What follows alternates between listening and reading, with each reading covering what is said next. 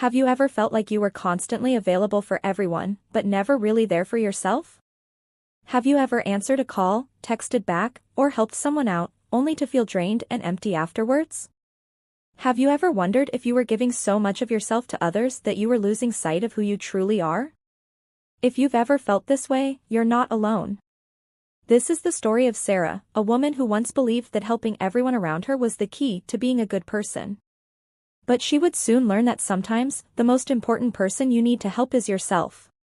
Sarah was the type of person who was always available.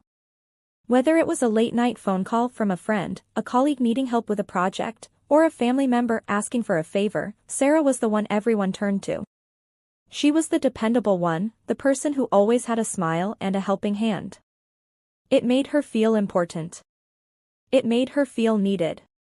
But soon, Sarah began to notice something that she couldn't ignore. The constant demands on her time were taking their toll. Her once lively social life was slowly fading away, as she found herself sacrificing her weekends, her evenings, and even her quiet moments just to fulfill the needs of others. The phone calls kept coming, the messages piled up, and Sarah kept saying yes, over and over again. At first, it felt good to be the go-to person. After all, helping others made her feel valued. But as time went on, something began to change. Sarah's energy was running low. She was waking up tired, going to bed late, and somewhere along the way, she had stopped doing the things that brought her joy. She forgot how to enjoy her own company. Her passions, the activities that once made her feel alive, were left behind in the pursuit of fulfilling everyone else's needs. One day, after weeks of answering calls, attending meetings, and running errands for others, Sarah found herself sitting in her apartment, staring at the piles of unopened emails and missed messages. Her phone buzzed again, another request, another favor. She felt the familiar feeling of stress creeping in. She was exhausted. The constant cycle of being needed by others was overwhelming. It was in that moment of exhaustion that Sarah broke down. She felt empty. Her heart wasn't in it anymore. She had been giving so much of herself, but there was nothing left to give. In the past, she would have immediately jumped into action, answering the call, agreeing to the favor, but this time, she didn't. This time, she sat still.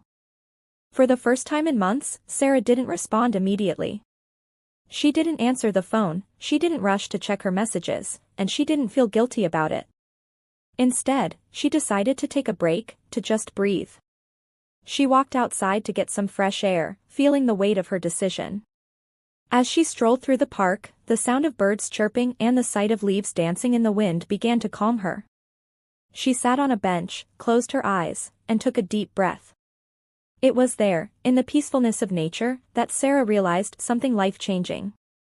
Sarah understood that she had been living her life on autopilot, constantly fulfilling others' needs, without taking a moment to stop and reflect on her own.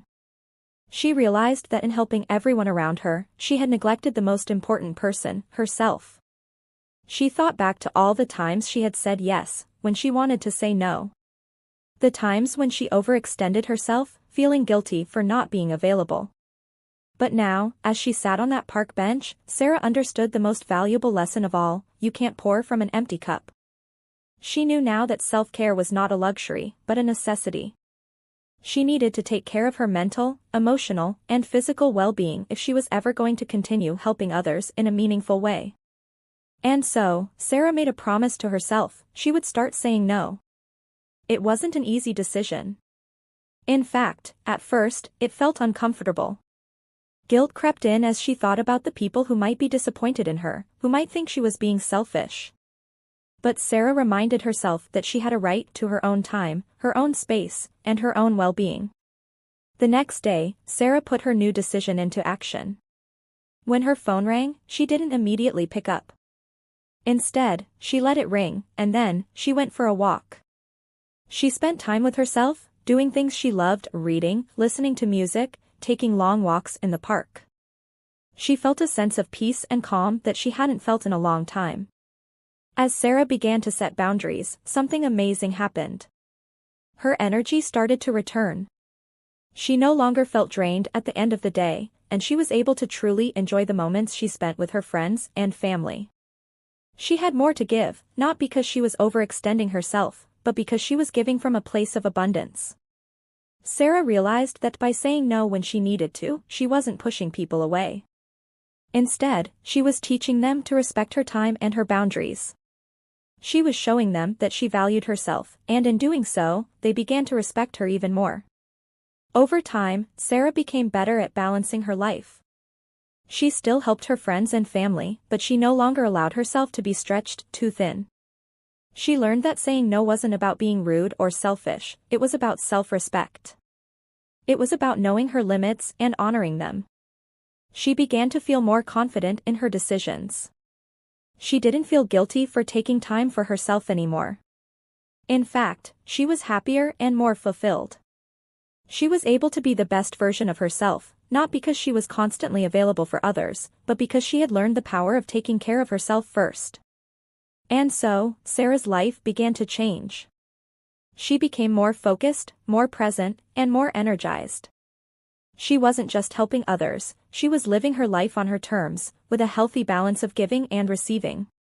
The lesson Sarah learned is one that we all need to hear: you can't pour from an empty cup. Helping others is important, but it should never come at the cost of your own well-being. Setting boundaries and taking time for yourself isn't selfish, it's necessary for living a balanced, fulfilling life.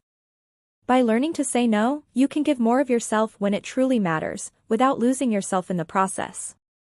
So, ask yourself, when was the last time you said yes to yourself? When was the last time you allowed yourself to take a break, to breathe, to just be? Remember, it's okay to say no. You are important, and taking care of yourself is the first step toward being the best version of you.